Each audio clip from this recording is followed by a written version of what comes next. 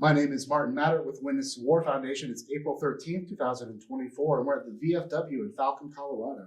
Same with Mr. Robert Manore, M-A-N-O-R-E, who served in Iraq with the United States Army with 10th Special Forces Group. How are you doing today, Robert? Doing great. Thank you, Martin. Glad to hear it. Thank you so much for joining me this afternoon. My first question is, where are you from originally? Actually, I was a military brat. So my father was Air Force, and we lived everywhere. Did he deploy with the Air Force at all? He was in Vietnam. Okay. Yeah, he was in the Air Force. So what did he do in Vietnam? he was a crew chief. Helicopters? C-130s. C-130s. So he was from a big family, 3 brothers, 4 sisters. 2 of his brothers were also in the military, but they only did the initial 4-year stint and got out. He was the only one that actually went the full 20 years and retired out of the Air Force. And yeah, he was a big influence on me going into the military. All right. Yeah, Joe was who was just in here. His father was Vietnam Air Force too, based in Thailand. So, Oh, okay. where was your dad based in? Do you know? He was. No, I don't actually. He didn't talk about it a lot. Sure. Not much. So you said he was a big influence on you joining the military, but why the Air Force, not the Army, the Marines? So You did join the Army, right? Why the Army, not the Air Force? So he was. He appreciated my desire to join the military, but he said only on one condition: that I don't go enlisted, that I get my education and become an officer. So in high school, I applied for the Air Force Academy, but didn't get in. They had a tremendous amount of applicants that year.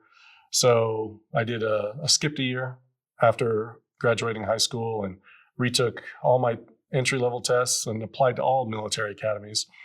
And the only one that was positive I heard back was from the United States, West Point. And they said, even though we don't have room for you here, we don't want to lose you, so we're going to give you a 4-year ROTC, Army Scholarship to the college of your choice. So I took it. Not bad. And what school did you go to? Abilene Christian University in Abilene, Texas. Nice. So that's not too far from Fort Hood, right? It's about 5 to 6 hours from Fort Hood. Oh, yeah. My geography is not great today. Yeah. And what year is that you went to Abilene? I graduated in 1996. All right. So any memorable ROTC stories? Other than, yeah, actually, I was actually, it was the summer before my junior year. I was actually sent to airborne school as a cadet. And part of the train up for that, before I was sent off, I actually became a heat casualty. So from that point on, I was always susceptible to be a heat cat. So after that, I was always making sure hydrated and ate and stuff like that. And since I was aware of it, didn't faze me or bother me in airborne school or the rest of my career. And that was down in Benning? Yep. We were just talking about how dang hot it gets over at Benning. It's no joke. So you got commissioned in 96. Yeah, I did. I was actually branched to the Quartermaster Corps, but I was going to be on loan to the infantry for 2 years, what they call the branch detail program. So I was commissioned as an infantry lieutenant and specialized to go mechanized. So I was going to be a Bradley fighting vehicle commander. So heading back down to Benning again in August of 1996, where I went through the officer basic course and then the Bradley leader course. And then I was, after I finished all that, then I was stationed at Fort Riley, Kansas with the Big Red 116 Infantry. All right. And were you with them during 9/11? No, I was not. This was much prior to 9/11. It was like 98. So when I was with 116, this was the time that Bosnia and Kosovo were still a big hot item. And so I did deploy to Bosnia for a rotation as well. And tell me about Bosnia, and for the people at home, just kind of break down what was happening there, why you guys had to go. We went as a armored task force, so it was primarily tankers, but my company was attached to the armored task force as the mechanized unit. So I was there primarily as the S4, the logistics officer. So I worked hand in hand with the battalion maintenance officer. He and I actually became best friends. He's actually the godfather of my son. And my son's middle name is named after him. And we've been friends ever since. But What's his name? J. Lewis Irwin. Yeah. So, but yeah, I don't have a lot of memories from there because I spent almost my entire time on the base camp, just supporting the operations, getting in what the troops needed for vehicles, for, standard of living, things like that. Or if they had to do any operations outside the gate, what they would need in regards to support to do anything that they needed to do. But they didn't do any extended operations outside the gate. It was just daily. So they would always return. So the logistics part of it was not very extensive. So you came back from that, and what happened between Bosnia and 9/11? So when I came back from that, that was my time. My 2 years was up as an infantry officer, and I transferred over to the Quartermaster Corps. And so then I was sent to Fort Lee, Virginia, to start my transition into the Quartermaster Corps. And you excited about Quartermaster Corps, or do you? Oh, I was very much so, because I knew my follow-on assignment would be 10th Group, because I was with Combat Arms, and so they wanted people with experience to come to their unit to support them. So part of my career path is I also went to rigger school and aerial delivery school. Cool. Yeah, I don't know much about rigger school. Tell me about that. Rigger school, oh my gosh. You're packing parachutes, you're doing learning how to airdrop vehicles and mass supplies. But the big thing I remember is you have to pack your own chute.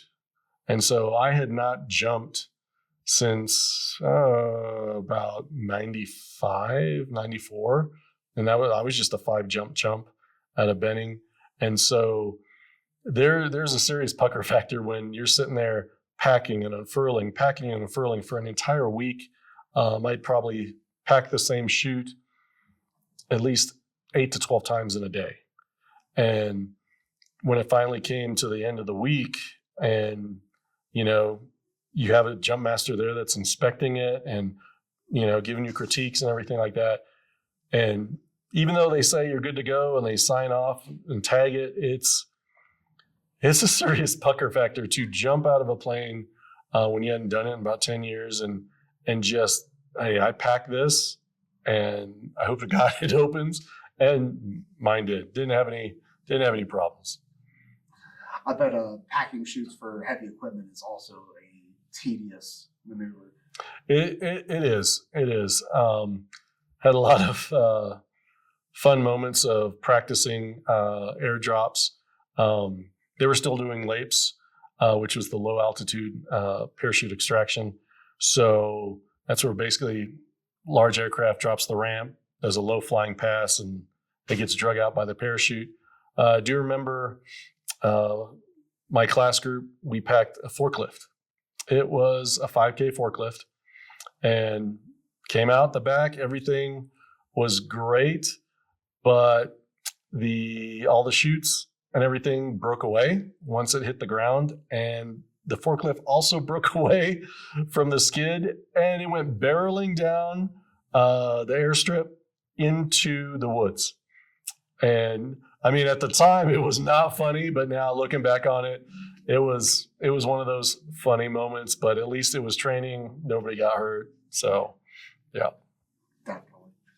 So I wanted to ask how you ended up in the 10th Group pipeline. It was because I was in the infantry.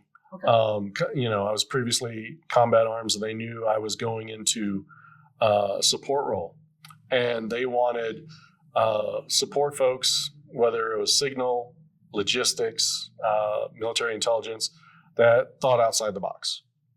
So that's how my branch manager lined me up for that, and that's where I ended up. Nice. So when did you end up joining the 10th? That was in 2000. 2000. Yeah. I was there for 3 years. Nice. What was it like being in 10th Group? Everyone, has the mental image of special forces that you're quartermaster with them. So You're the new guy. it was a new environment, especially on Fort Carson. They're known as Emerald City because all their roofs were green. It was very distinctive on post, and you could really only see them from the top of Evans Army Hospital. They're a little bit more visible now with, landscape, just the real estate growing and stuff like that. But it was its own little world. The biggest rule, the biggest thing I took from them was, you're a big boy, you know the rules, and if you break them, we have no love for you. And so there was no micromanagement. There was no, always looking over your shoulder or what. They wanted people that were grown-ups, that were adults, that could make decisions on their own. And that was really great. We had a lot of leniency, like on our uniform, because of the nature of the operations. But there was, the other rule was, you can wear it here in the compound, but do not wear it on main post. Things as simple as, Reichly alpine boots and things like that. So yeah, no, it was take care of your own and you'll be all right. So you did 3 years with them. I want to ask about 9/11. Are you on Fort Carson at the time? Yes. What happened? Yes, I was at 9/11. So at the time, my first year, I was Battalion S4 again, the logistics officer in one of the battalions. And I remember finishing up PT that morning there in the compound because they have their own gym. And I noticed that there was several folks glued to the TV in the operations room in the battalion headquarters, and walked in there, stood next to the Battalion S3, Otis McGregor, who's still a good friend of mine. He and I went on many TDYs together where he was the ops planner and I was the logistics planner. And we're just sitting there watching it on the big screen. And we were probably sitting there watching it for hour 15 minutes. And, once things kind of settled down, I remember Otis specifically saying, and I'll never forget it, well, it's time to go to work. And we left the office and we knew, things were going to start happening. From a logistics point of view, I can only imagine what was going through your brain, just how much stuff you're going to have to do in the next. Well, I mean, that's it. It's, I'd already had a few planning sessions before that for different joint operations and special operations. So it wasn't going to be anything new. It was just, okay, what's the statement of requirements? What's the statement of work? How are we going to, get this done? So I just followed the lead from the plan shop and, we went from there. So tell me what the next few months were like. I can imagine things were hectic, a lot of, orders coming down from every which way. There was, indirect operations was a big part of 10th Group, of training other nations, their military armies, to deal with their problems. So we weren't, like, we would have teams that would deploy to Iraq and Afghanistan individually, but we hadn't deployed as a large unit. It was just smaller operations. But one big thing that I was a part of is there was a nation that the conflict was starting to spill over into their nation. And so our job was to go in and help train and equip the army of that nation to push those bad guys back on their side of the border. And that was a huge deal because we had to establish, because that was a whole battalion. So it wasn't very often you would see, before 9/11, an entire battalion would deploy, but we were there as consultants and trainers. But my part with logistics, it was identifying safe houses, taking all the statement requirements that the teams and everything had, and how we could support them with vehicles, things that weren't ordinary as well, like bicycles and weight training equipment, things to help them support, their operations. And no, that was probably a really great experience, because our efforts after we were done, they handled business, and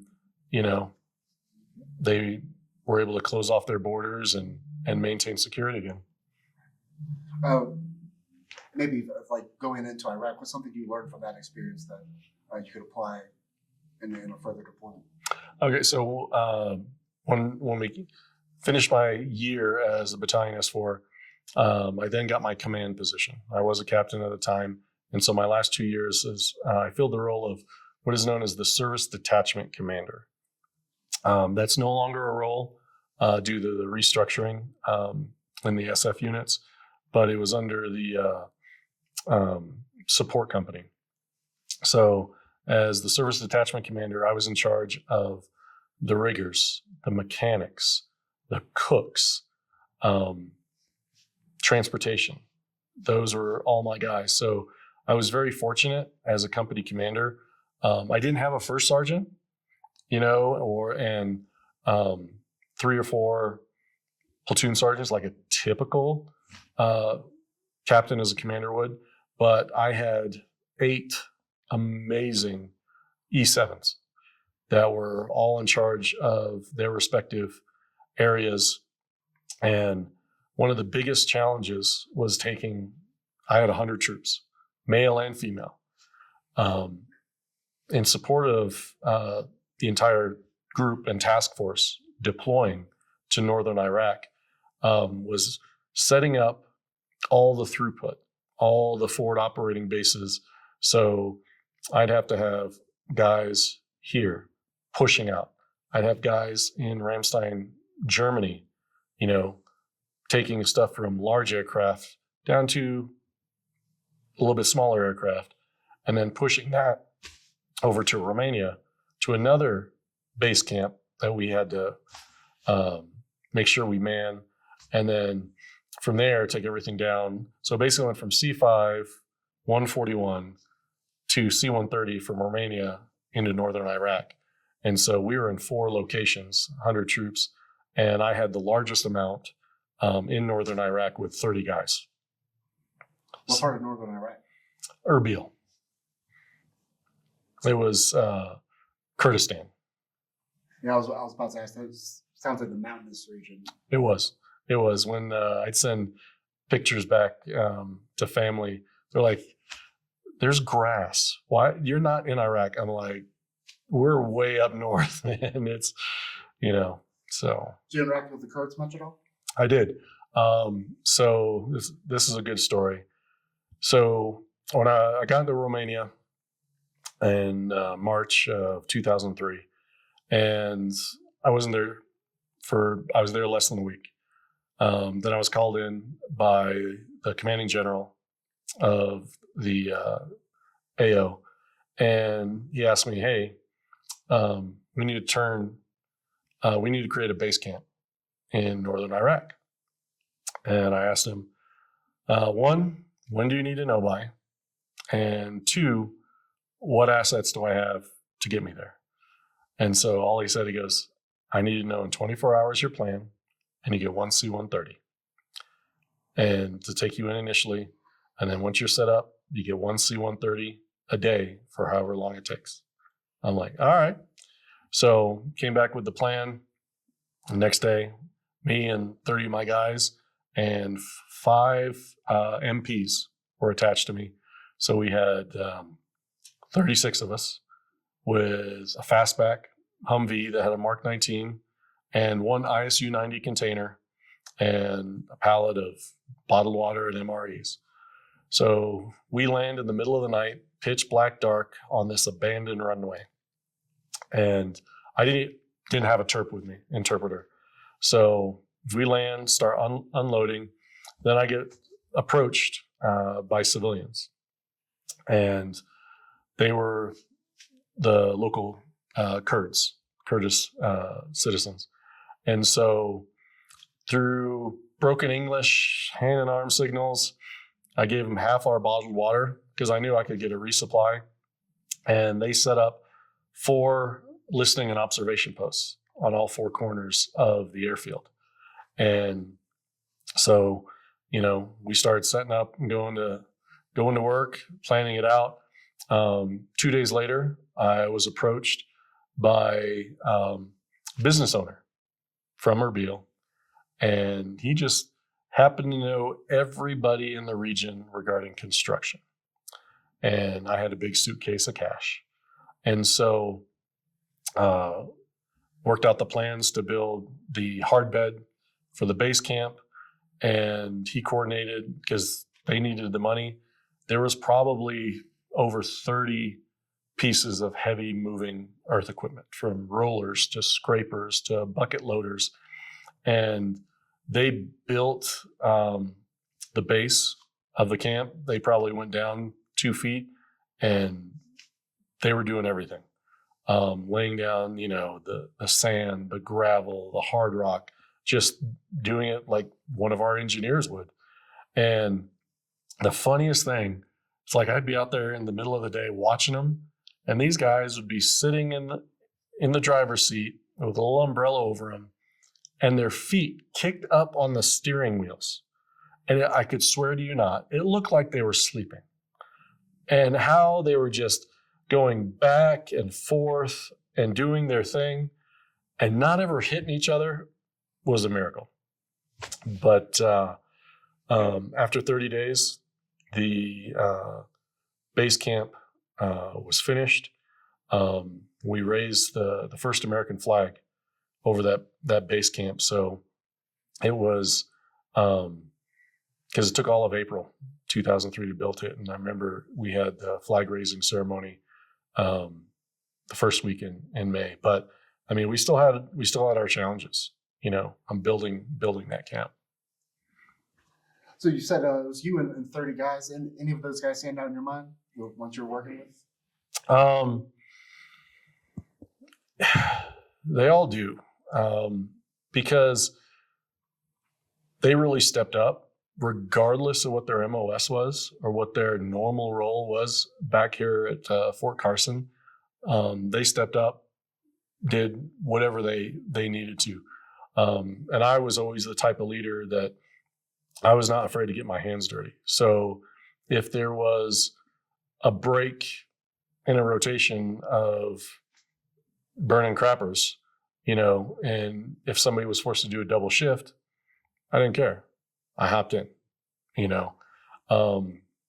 everybody, did really great. My senior NCOIC, Sergeant First Class Dave Mitchell, I didn't know, he was amazing. He was my right hand throughout the whole thing. And I didn't realize it till afterward. We redeployed and I was going on to my next duty station. That first flag that we raised a different flag every day. He made sure he acquired that first flag, put it in a box, and he gave it to me as my outgoing commander gift when I left group. And for him to have the forethought of that, that's just the way he was. He was just a forward thinker all the way. I love that. So remind me, what year it is you're in Iraq? 2003. So that's when the Congress declared war, and we saw a lot of people come through that base camp, and it supported over 1,500 troops by the time we were done. We had our own teams come through. One of the biggest things that was important to us, we had an ISU 90 container, and all the teams, they had fleet vehicles. So we always knew when they were coming in because they were all white. They were either all white Toyota Hiluxes or all white Land Rovers. And when they would come into park to debrief and do whatever they needed to do, we always took their team medic, their 18 Delta, and one other guy from their team. That wasn't part of the briefing. We'd lead them over the ISU 90, open it up, tell them, take whatever you want. we collected so many sundries in that ISU 90, anywhere from hygiene, flip-flops, soda, chips, whatever it was that we could get our hands on, we put in that ISU 90 and we're like, hey, we don't know if you're going to be out for a week, a month, whatever you can fit in your vehicles and you need, take it. And the teams love that. We didn't have to do that. It was just something that was in our nature because we knew what their operations did. Because whenever a team would deploy on its own to do something, I would have to send them a cook, a mechanic, a transportation guy, and a rigger, typically 6 guys, and they would take care of them, and so we learned how to take care of them. So that was always great to see them taken care of, heading back out to whatever, they had to do. And we had built up a great relationship with the Kurds there in Erbil, because I remember one night we met with the prince of the Peshmerga army. So his dad was the general of the Peshmerga army, which is an elite branch, I guess you could say, of their army. And the first night we sat down, they invited me and Sergeant Mitchell to dinner. And I kid you not, that must have been an 8-course meal. It was just eating and eating and eating, but the relationship that we established with them, like my guys weren't eating MREs. I'd have a local restaurant come in and they were cooking lamb and just shaving it off the spit and serving it to my guys. And, they got to eat lamb, fresh vegetables, soda in cans. We also had the bottled water as well that we would share with the Kurds as well. And I remember when it was time for us, it was done, transition the base camp over to different organization for oversight. I mean, it was still going to be used for joint special operations, but it was initially the Air Force that had come in. And I did not get along with them very well, because I remember a full bird telling me as a captain, because I was paying the Kurds to take our trash away. We'd put it in dumpsters outside the gate. They'd take it away. And you could see where they were taking it. It was about 4 or 5 kilometers away, and they were just dumping it. And this full bird's like, no, we can't have that, and blah, blah, blah. You need to go out there with your guys and create a dump. You got to dig it this deep and this wide and this long. And I'm like, sir, with all due respect, I really don't care. That's a waste of resources. I pay these guys peanuts to haul our trash. If they want to dump it in their backyard, they can dump it in their backyard. That's their call. But I'm not going to create a dump within our perimeter to get rid of our trash if I have a cheaper and more logical way of dealing with it. Then there was another full bird. He was a veterinarian. And he saw that my guys were eating from locals. Well, has that food been tested or vetted? I'm like, no. Well, you guys could have dysentery. You could get poison. I'm like, sir, they've been feeding us for 30 days. If there was anything that's going to happen, it would have happened long before now. But they coordinated to have a mobile kitchen trailer brought in. And so, I mean, the restaurant owner, he understood. He just laughed at the colonel, which I did. I was like, all right, whatever. So, but what's going to happen when he kills off his customer? Yeah, I don't know. But the people that came through that base camp, I mean, we would even have because we had TACPs on the airfield from both Air Force and Marines. And sometimes that people would land, I mean, they were those alphabet guys. It was, we didn't care who they were. They didn't care that they were happy that we didn't care who they were. They just went and did their own thing. But that was The probably northern border was such a liability. it was. Syria was there, yeah, Turkey. Yep. It was, they'd come off the plane and I'd be like, don't care why you're here. Do you need anything from me? If not, take care of you, And most of the time they would just need a vehicle to go somewhere. So one of the things I had to do was acquire vehicles. And I'm not talking fleet vehicles. It was go into town, give somebody $500 for whatever vehicle they had if they were in good working order. And so we had a motor pool of POVs, and they were all different. And my mechanics were used to going into town to this one guy where his part shop was not very wide at all. Like, when you're going downtown Colorado Springs or Denver, and you've got these shops that are 20, 30 feet wide. No, this guy's place was like 10 feet wide, and it was just strewn with parts, no organization, just hanging on hooks. And if he didn't have it, we had a radiator one time that got a puncture and it was leaking.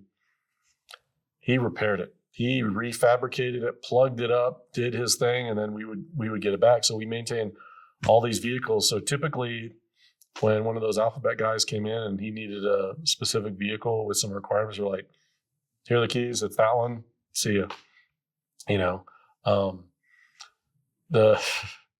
My mechanics, they played a good one on me because I'd always have to go into town.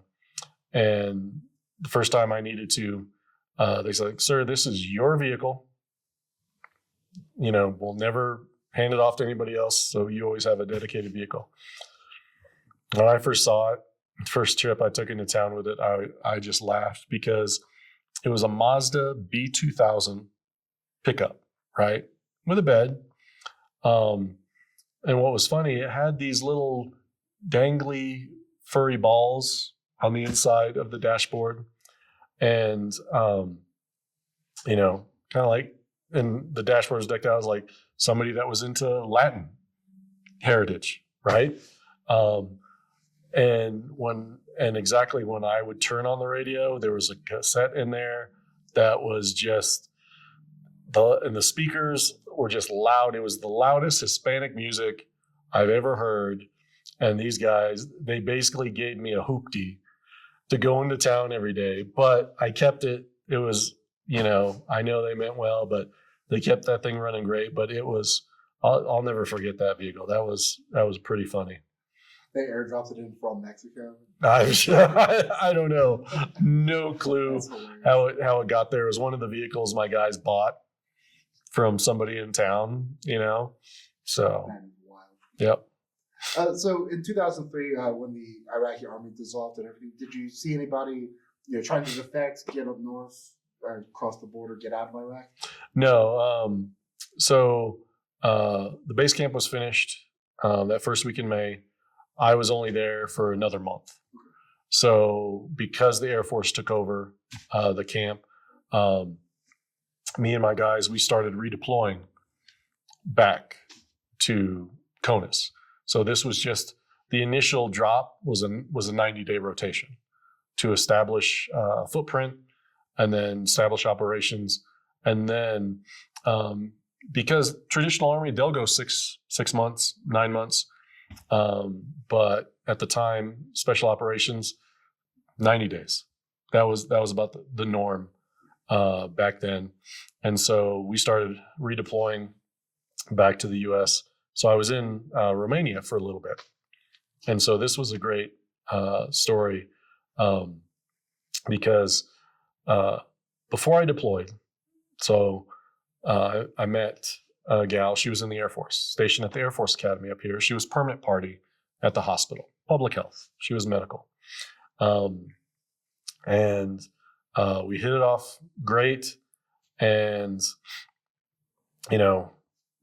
it was for both of us, it was it would be our second marriage. We were married once before. And so first time we met, we just laid it all out. The next day, like, hey, This is my background. This is where I'm coming from. This is what I'm looking for. I don't need any drama. And she was the same. And so, we talked about, hey, this is our next marriage. And so, while I was deployed in Iraq, the signal officer, his wife worked at Zales back here at the Citadel Mall. And so she gave me a great deal on a wedding band set. And then as I was coming back through Romania, my wife's Puerto Rican, whole family is Puerto Rican. One of her aunts was an amazing seamstress. So she was going to make my wife's wedding dress. And so she went to Joann Fabrics or whoever and ordered all the fabric that she needed. It was going to be an eggshell white. When it came in, she was devastated because the clerk that helped her transcribed one single number. And what came in was hunter green. There was not enough time to reorder the fabric because the color was not available. And so she's bawling to me as I'm in Romania. I'm on the phone with her. And I had my supply sergeant with me. E5, she was female. She was the same height, build as my wife.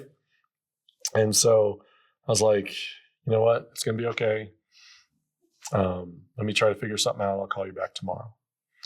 So me and my supply sergeant, we went in town, found this wedding boutique, found this amazing dress. And it was basically a corset top and a big tulle bottom. It was a two-piece, and the corset laced up in the back, had, white roses coming out of the bosom and stuff. And it was gorgeous. And it was something you would find in Dave's Bridal magazine or something. And it was, I'll never forget it. It was 1.5 million Romanian lei at the time, which equated to about $165. Yeah, it was tremendously inexpensive. I had my supply sergeant, she tried it on, it fit her, I knew it would fit my wife. And so I'm telling my wife, we're in this boutique, and I'm telling her about it over the phone. And she's like, are you sure? Are you sure? So I'm like, hand the phone to my supply sergeant. You tell her what you think from a woman's perspective. And she's like, if this was my wedding dress, it'd be perfect. And so my wife's girlfriends were like, how can he be picking out the dress? And she's like, if he thinks I'd look beautiful in it, then I'm going with it. And so it ended up in this big box because the bottom was tulle. It was just layers and layers of tulle. So it was real poofy. So I had this big box, right? It's probably like 2 foot by 2 foot box. So I get on the C-141 rotator back to Germany, and I have it in my lap. And the loadmaster comes up. He's like, sir, you're going to have to strap this down we're going to strap it down on the pallets. It's too dangerous, too big to, yeah. So I was like, I appreciate it, but let me tell you what this is. Took a couple minutes telling the story about it and what it was. He's like, you know what, sir, you can hold on to that. Just don't let go. And I'm like, roger that. And so brought it back home. Wife loved it. So yeah. And then we got married that July. That's awesome. After returning. So yeah. And this year will be 21 years. Congratulations. Yeah. We don't believe in divorce. We joke around about it with people, but we're serious. It's divorce is an option, but hitmen are. So we're joking. Yeah. It's a joke. So you said you spent 3 years with 10th Group. Did you stay in the Army beyond that, or did you get out? So I had orders to go. So 10th Group has 2 battalions at Fort Carson and 1 battalion forward in Stuttgart, Germany. So I was going to be the service detachment commander for the battalion that was in Germany. And so I had orders to go there. But I had recently got married to my Air Force wife. And if anybody's familiar with military personnel systems, Army personnel system and Air Force personnel system, they don't talk to each other. So her assignment manager and my assignment manager actually had to get on the phone and talk. So, well, she's medical, she can go anywhere. So they were trying to get her to Ramstein Air Force Base because it was within the commuting distance with Stuttgart. And she was public health. And for whatever reason, they were 150% strength of her AFSC at Ramstein. So they couldn't get her there. So I had to give up that assignment.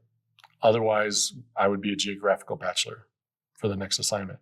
So they worked. And they ended up getting her to Travis Air Base in the Bay Area in Northern California. And they sent me to be the Battalion S3 Operations Officer to the U.S. Army Sacramento Recruiting Battalion in Sacramento, which was about a 45-minute commute on a good day. So did that for a year. And I knew that deep down, I wouldn't be with trigger pullers anymore, even though that's what I've been around for 7 years so far. And but one of my duties, fortunately, I wasn't a recruiter. I just compiled the numbers, filled the reports for the battalion commander for the quarterly training briefs and things like that. And I specifically remember it was the year that everything went from paper to laptop computerized. So all the way up to U.S. Army Recruiting Command, numbers would populate real time.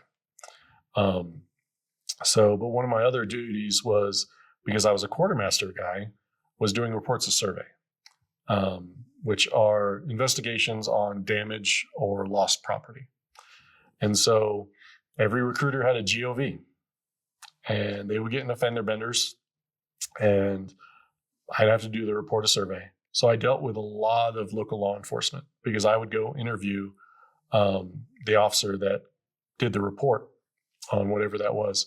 And one day I was interviewing a sergeant from a local PD.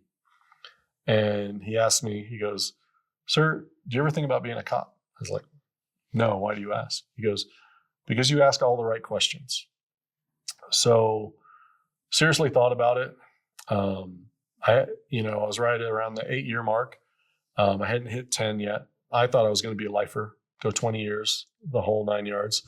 And I remember it was right as they were starting to field ACUs. And I was from that generation of polishing boots and that kind of world. And so there was no stop losses yet at the time, but there was about to be in 2005. I didn't know that, but my assignments manager, he's like, "Yeah, you've fulfilled your requirement. You only had to do 4 years to pay back your ROTC scholarship, and you've done 8 so far." So I separated, and my wife and I talked about it. And she only had an associate's degree. I had a full bachelor's because she was enlisted. I was an officer.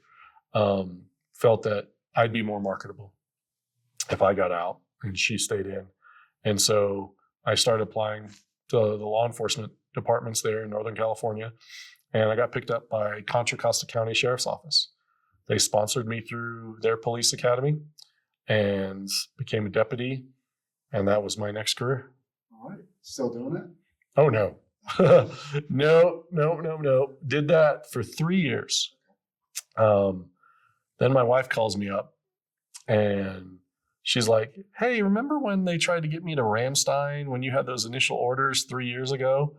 I go, "Yeah." She goes, "Well, I never updated my dream sheet, so I got orders to Ramstein." And I was in my patrol car at the time, and I was like, "Yes!" Woo! I was like cheering, because I'm going back to Germany, right?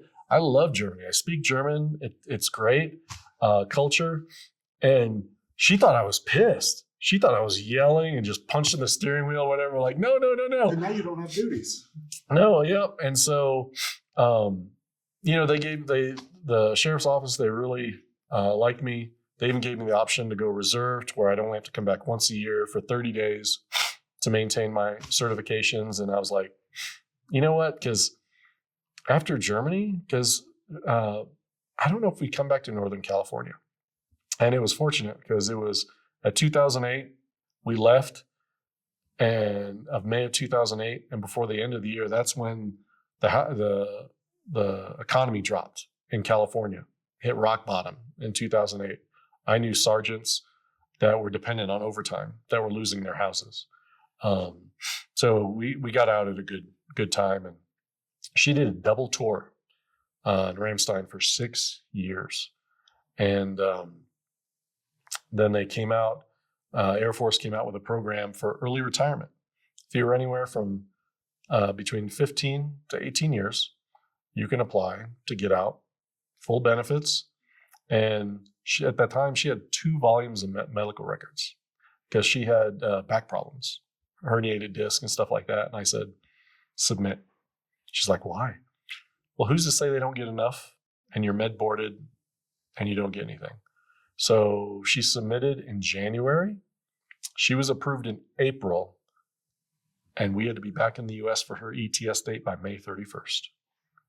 So that was 2014. And because we met here, there's 4 military installations here. This is where we wanted to raise our kids, because our son was born in California when we were there. And then when we were in Germany, our daughter was born at launch school there. So this would be a great place to raise them. So we've been here since 2014. That's awesome. Yep. Well, just a couple other questions to wrap us up today. What do you want people to remember about the war on terror based on your experiences dealing with nameless country and then Iraq? So probably the biggest lesson I learned actually started what gave me success for support operations in Iraq was during my infantry time. As my first year as an infantry lieutenant, I was a platoon leader for Bradley's, right? We had an XO. I'll never forget him.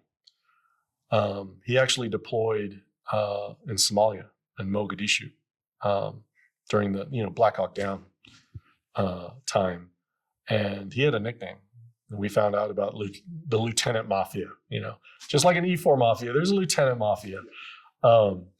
We found out his nickname given to him by the Somalis was the White Devil, and his name was Charles Sexton III. And I don't know what it was. All the lieutenants would always ask me my entire time with 116 Infantry as a platoon leader, as a battalion S4 in Bosnia. He was always in my Cheerios, just chewing me out left and right. All the other lieutenants thought I just pissed him off once and he just had it out for me. And there was one time I remember we were at Fort Riley and we'd come back from a field training exercise, and he called me into his office just ripping me a new one. I don't even remember what it was. All I remember is I had locked my knees, and just as he dismissed me, I exited his office, and the moment I was out of sight from him, I passed out because I was right at that point where my knees were locked for so long getting my butt chewed. And one of the S1 guys, E4, like, sir, are you okay? And I'm like, yeah, I'm good. I just tripped. I fell, and just went about it. But it wasn't until much later on that he didn't have it out for me. He and I actually maintain contact through my time through 10th group and even after I got out. And the one thing he taught, there's 3 things he taught me. It was responsibility, accountability, and ownership. And I didn't know it at the time because as a leader in the military, you're always delegating, authority to get things done. But at the end of the day, no matter what happens with that delegation, you're still accountable for whatever that E5, that E4, or E7 does or does not do, and you're responsible. They're not going to get in trouble. You are, because you didn't follow through. And you need to own it. Don't make excuses. oh, well, I told him this, but he did something different. No, you own it. Um, Willett Jocko talks about extreme ownership, and he's a joint ops guy, has his own podcast. And that's what it was. I mean, Charles Sexton, he taught me about accountability, responsibility, and ownership. And so through the rest of my military career into Iraq, that was my whole mindset. I can't just fire and forget and tell somebody to do something and assume it's going to get done. I'd have to follow through, follow up. And that really improved my attention to detail.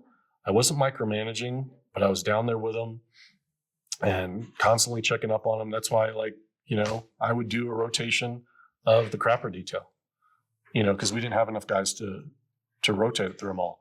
So, it's amongst everything that happened in Iraq, not to lessen, the guys that, got post-traumatic stress from what they encountered with. But I think for me personally, because of the environment I was in with 10th Group and training with them and being invited to go to the range with them or shoot houses and be a part of them, it was a completely different mindset. Because I had friends that had their 18, 19-year-old kids going to Iraq, and they came back just mental health wise, just destroyed of the stuff they put into. So I was very fortunate in that, I've never had to deal with PTSD, but my heart does go out to those individuals. And so today it's now, beside my day job, I'm a volunteer coach, and I help coach girls middle school and high school wrestling here at 2 schools in Colorado Springs. And what's interesting, the head coach of the teams, Eric Everard, he and I served together at 10th Group at that same time. Okay. Yep. And he created a leadership program for teenagers in high school, completely volunteer program centered around the wrestling team dynamic. But it's a 3-phase course that they do between their freshman, and sophomore year, sophomore and junior and senior. And if they go through all 3 phases, they become team captains as their senior year. And what's really great about that, because when we first tell parents, they're like, "Oh, leadership. I mean, what is like the military? It's like no. We took the concepts of what we learned in the military. Eric learned going to all these NCO schools, and we have sessions with them, and we teach them skills that take them beyond high school graduation. Because when I was in Iraq, when these kids graduated from high school and they went off and deployed, they were not prepared mentally for what they were going in through. And so now I have the opportunity to directly impact high schoolers. They may go in the military, they may go to university and then end up at Fortune 500 companies, but now, they're equipped with tools to think outside the box. How to, we teach them how to be followers.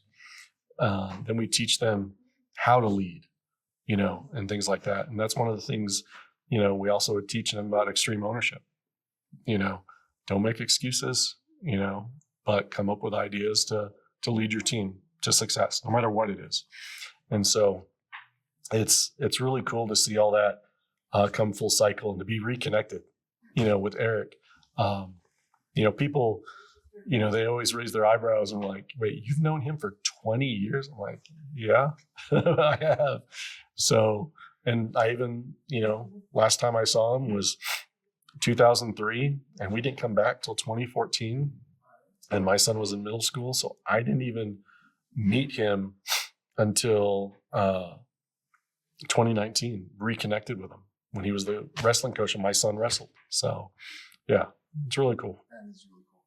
Now, is there any song that if you heard today would take you back to your days with 10th group? Not really. Not really. My wife she's the music lover. I don't hate music. It's just I don't connect emotionally with music or anything like that. So No worries. Lastly, any final thoughts, words of advice, closing statements for anybody watching this in the future? no, I just really appreciate this opportunity. And if somebody's just watching this video, there's many others with their story, and don't just stop here. Watch the other stories of other veterans. Just don't think whatever's happening in front of you is what's going on. There's always a second side and a third side of every story, especially when you encounter a veteran. So just give them a little bit of grace and a lot of compassion, and you'll make a friend for life. Well, Robert, I can't thank you enough for taking the time to come by and share your stories with me this afternoon. It's an honor and a pleasure, but most importantly, I want to thank you so much for your service. Greatly appreciate it. Thank you, Martin. Really appreciate it.